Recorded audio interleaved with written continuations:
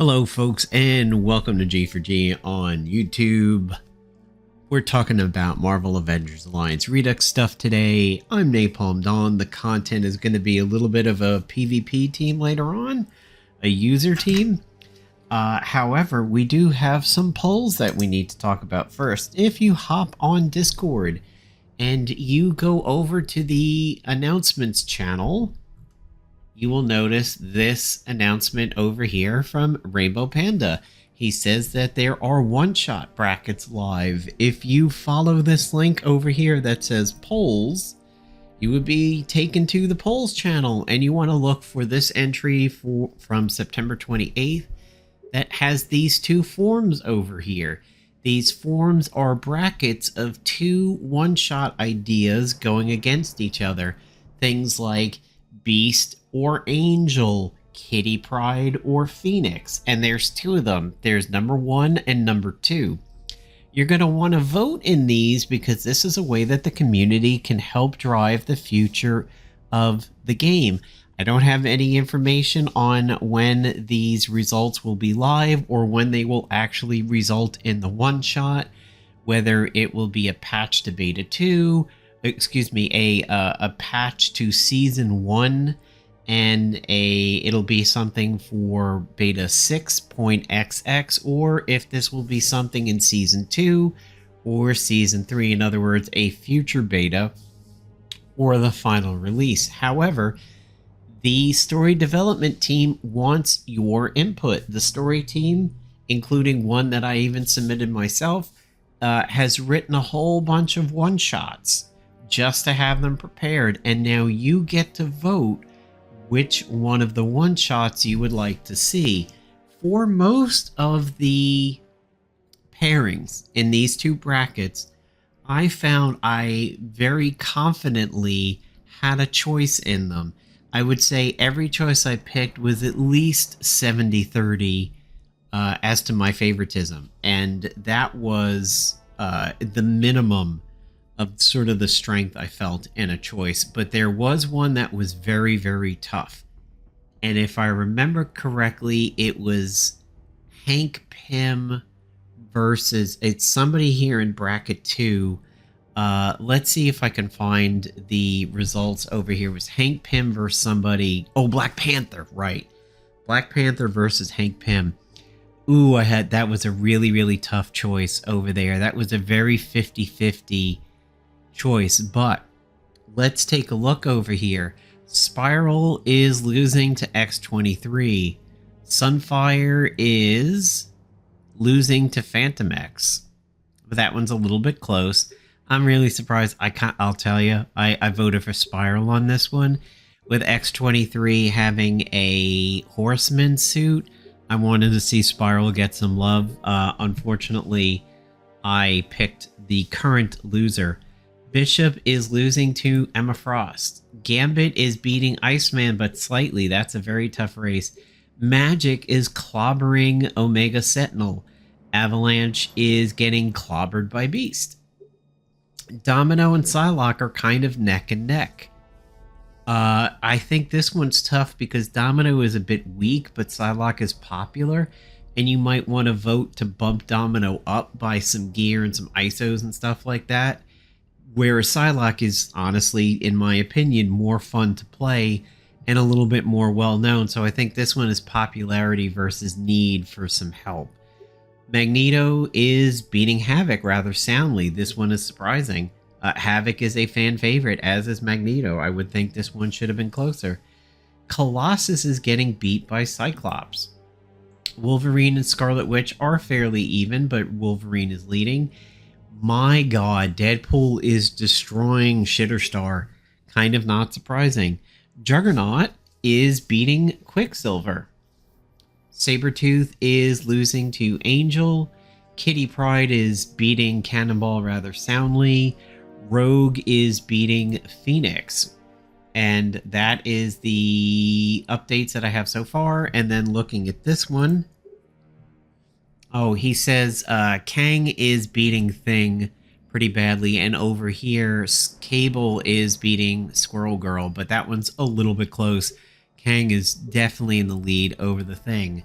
So over here we have Miss Marvel losing to Doctor Doom. We have She-Hulk and Hyperion fairly close. Black Widow and Thor fairly close. Iron Man and Wonder Man are really neck and neck. Again, you have maybe throwing Wonder Man a little bit of love because he never really got anything in the original game versus the popularity of Iron Man.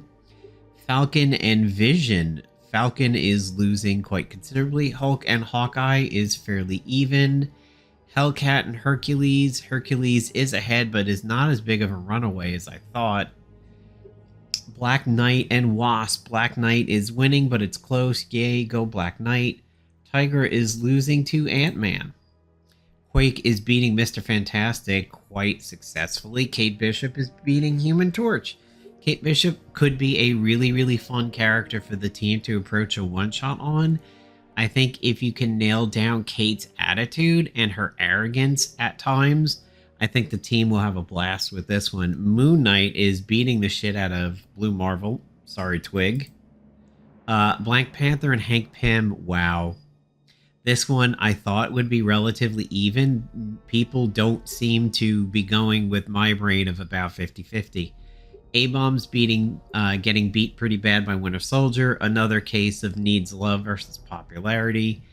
Ares is beating Invisible Woman, and that is it over there. So, if you want to help shape the future of the game that you love and play, get on Discord and vote. If you don't like how some of these are working out right now, go ahead and get in there because they are still ongoing as of yesterday, which would be 9/28. It is 9/29 today. So go ahead and get your votes in there. Help the team shape their one-shots. Now, over on Reddit today was this particular team from Selfie on Darkfire saying that he or she or they is using this team in quote-unquote endgame. There is no real endgame in PvP, but it does go to an unrestricted tournament for the final season, which is season 10, tournament 10.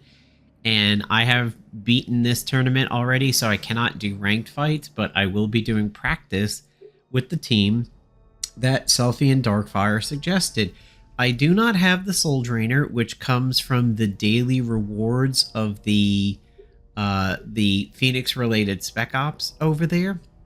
And let's pull that up right here. It is Spec Ops number 3. It is a daily reward, so it could show up in your spinner. I've had it on other saves. I don't have it on this one. So I was maybe going to use the Kofic, the custom only for killing, but having Migraine there is a little bit better if you want to do the Kofic. So I'm going to go with the Fault Eater.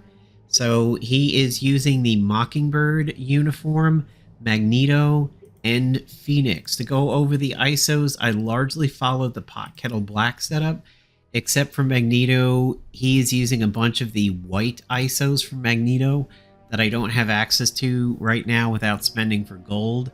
So this is what I come up with. Defense is almost all the way there. Health, attack, and accuracy are maxed out for Jean Grey. I'm going with Phoenix Blaster. And this is the Pot Kettle Black method over here. We have steadies, mercurials, and durables, and we do have the stats there. He opted for evasion over defense. So let's try and do 5 quick matches using this created team over on Reddit. The key seems to be to get the Coulson's Revenge to get stacked up. This team is a pain in the ass with my normal team because Wonder Man is immune to dots, and whenever I have a scrapper in my current team and it pisses Wonder Man off quite fiercely, if the rising up buff oh, by the way, if you encounter this agent, you do want to get the agent first or stun him because he has a neurotrope and he also has a Magneto shield, and if you happen to know, the Magneto shield really slows the game when the shield pops. Plus, the person gets bugged, and then they don't take damage. They often miss, but Wonder Man is almost dead, so We're going to go ahead and polish Wonder Man off, because he is the biggest threat on this team in terms of damage, even though the agent has some really, really rough gear. So Wonder Man is dead. I have a stuck graphic on me, which looks like my crotch is doing Katy Perry's Fireworks. Baby, you're a firework. Gonna smash this dude. Oh my god. Oh, I just one-shot that agent with an engine to the head. Yeah, okay. Wow, Magneto. So I just ISO'd Magneto and Phoenix right before this video. My Magneto has been un-ISO'd for a really long time, but his damage was so high, I didn't even really notice. I'm not using the Mockingbird staff in PvP. It just happens to be on my PvE agent. So that's why you're seeing that little bug graphic. So, oh boy, that was fun. Alright, so we're dealing with him again. The enemy agent goes early, so I'm going to throw a stun rock at Agent Lyclops over here, but I think Wonder Man's going to jump in and tank it. Yep. Does take the stun. A little bit of a suspenseful... Oh, God. We might be relaunching the game on this one. I don't want to waste the stun on Wonder Man, who is already stunned. This could be a giant pain in the ass. Yep, here we go. Oh god, a quick action took him out. Holy shitballs. Yeah, here we go. So what happens when the Magneto shield pops is all the rest of the scrolling combat text for everybody right as the shield pops gets super, super slow. And this is a good time to like go to the bathroom or have some dinner or lunch. And if your lunch is Taco Bell, you're probably going to need to go to the bathroom when this happens. I think we're going to try to let this one ride. I think once Burning gets up there, we'll be okay. This bug tends to be very serious because if you go to close the game, it does not close instantly. It takes a few seconds longer if you close out the game when it's doing this, which makes me feel like it's processing a whole bucket of errors in the background. If you happen to be a World of Warcraft player, you will know that add-ons in World of Warcraft are built using Lua code. I'm going to use the bug Phoenix Fire. You're only supposed to be able to use this when somebody is dead. Actually, no, I won't. I won't cheese it. I'll let Magneto do it. Just do this. Ooh, wow. Wow, this team is doing really, really good. So, World of Warcraft, the add-ons use Lua code.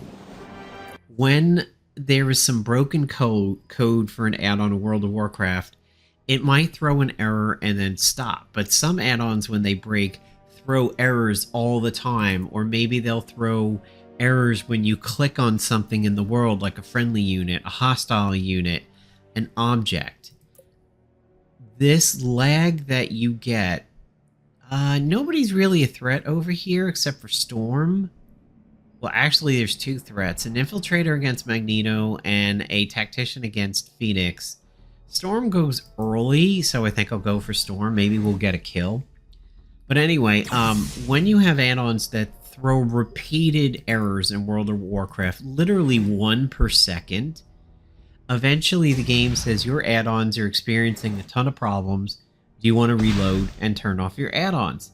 If you say no to that and you let it sit, it just is spamming your client with so many errors that the game can eventually start to lag.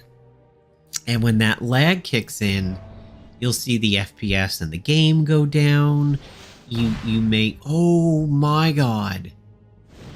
Oh my god, I was really doing myself a disservice by not having my Magneto ISO'd for a long time. Good lord. This team is amazing. By the way, the heavy ion beam is to activate some of the passives of the bug Coulsons over here. That's why there is a quick action. And the heavy ion beam sets up radiation exposure, which means the Coulson beam does more damage. Source in the Nile might also work pretty well, because then the Coulsons would heal, because the Coulson's is energy. Anyway, your World of Warcraft will begin to act really, really, really, really stupid when an add-on or two is spamming you with an error per 5 or 10 seconds like that. And you can feel it in the FPS, like things get laggy, the FPS gets laggy and everything like that. When the Magneto shield pops in this game and you go to close out of it while it's still stuck in that mode, that's what it feels like. It feels like World of Warcraft when there's some Lua errors and an add-on and it's just spamming the client. This team I face a lot, and what I'm just going to call the postseason, they can be kind of annoying. I do have scrappers that deal with these infiltrators. Today I am at a bit of a disadvantage, but let's try and kill Magneto. Or let's try and kill Wolverine with Magneto. If you want to avoid... 2 for 1. If you want to avoid a lot of misses when you're dealing with infiltrators and tacticians, have the tactician fire off something really, really big and beefy before the infiltrator class bonus engages, because with the miss rate of 618 and the fact that you now have a tactician trying to land hits on an infiltrator, you have a really, really good chance of missing. So if you load up on the big hit before the miss rate goes up, then it's a good thing. So that's why Magneto threw the engine rather than leading with a magnetized. Okay, wow. Well, same team. I think I will go for Wolverine again. I kind of want to get to the Fault Eater already, because it is psychic. However, I'm not really being presented with much to challenge needing a psychic weapon. The Magneto shield, the custom Magneto shield from a fight or two ago would have been good for that, but the rocket pistol and the Coulson's doing more damage, and Wolverine with his healing is a high priority, plus the bleeds. So doing as much damage to Wolverine as possible early is really, really good. Magneto goes before Wolverine, so I think I will...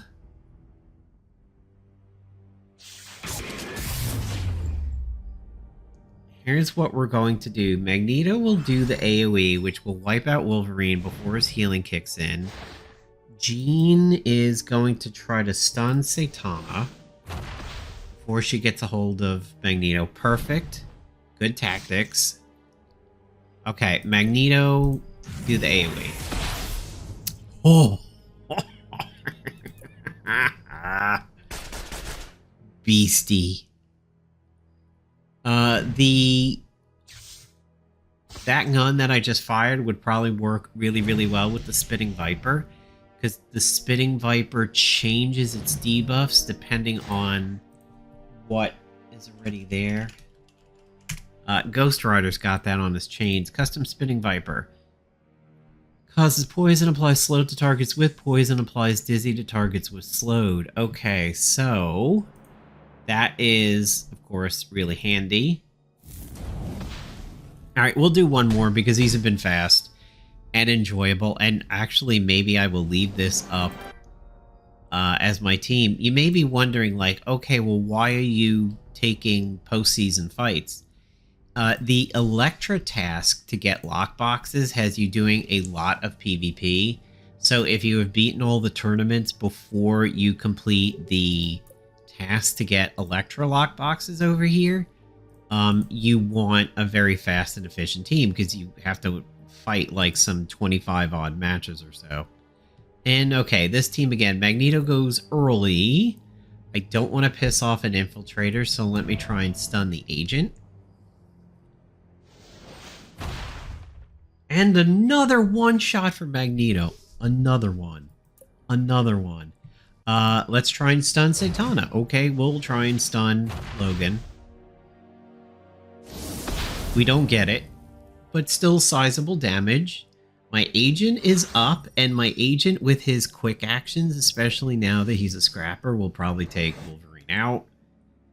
I gotta tell you, it is very, very satisfying to just completely negate Wolverine before he even goes, because he tends to be a thorn in the side of a lot of people at this stage of the game, because the healing is calculated after the dots. So you get into this mode where you feel the dots would have killed him, but then the HOTS kind of resurrect him. According to a conversation I had with the developers the other day, they said that the calculations occur at the beginning of the moment of when the HOTS and dots start. So, in other words, you may be seeing the HOTS come after the dots and appear to resurrect the person, but all of the calculations are actually done. And if the HOTS were applied first, the dots would not be enough to kill that person. I feel like I don't know if I agree to that. I think the only way to test would be to have somebody with like 10 hit points left and they're loaded up with burning and bleeding and static electricity or something like that, and they have a HOT. When you know they're going to take about 3,000 damage in dots and they're on death's door anyway, you'd have to catch the HOTS and dots very slowly and do the math. I have to go with what the dev said because they know the behind the scenes code, but to me it feels visually like the dots have killed somebody, and the HOTS, no matter how weak or strong they are, technically resurrect the person. But you have to actually watch the HOTS and dots go by, capture the damage numbers, and see if the math checks out. But you do have to believe the devs. They would know. So there you go. There is the team that was up on Reddit by user Selfieon Darkfire. Gotta say, even though I don't have the Soul Drainer, I think we have really hit upon a good farming team over here.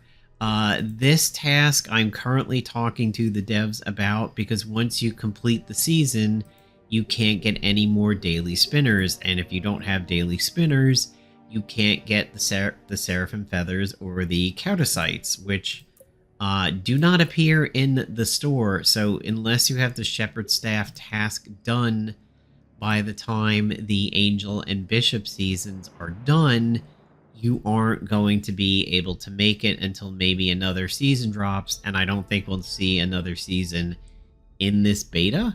So it's been my idea that how about the devs give us a patch that allows you to unlock an infinite tournament, just an infinite way that you can get your daily 5 wins. You're still restricted by the fact that it only counts your first 5 wins per day, but at least you can make progress to anything that is on the spinners. So we'll see what that happens. Thanks for watching the video, everybody. Don't forget to get onto Discord and do those polls, help the team elect the next winners of the one-shot brackets and everything. And yeah, thanks for stopping by. Have a good one, everybody.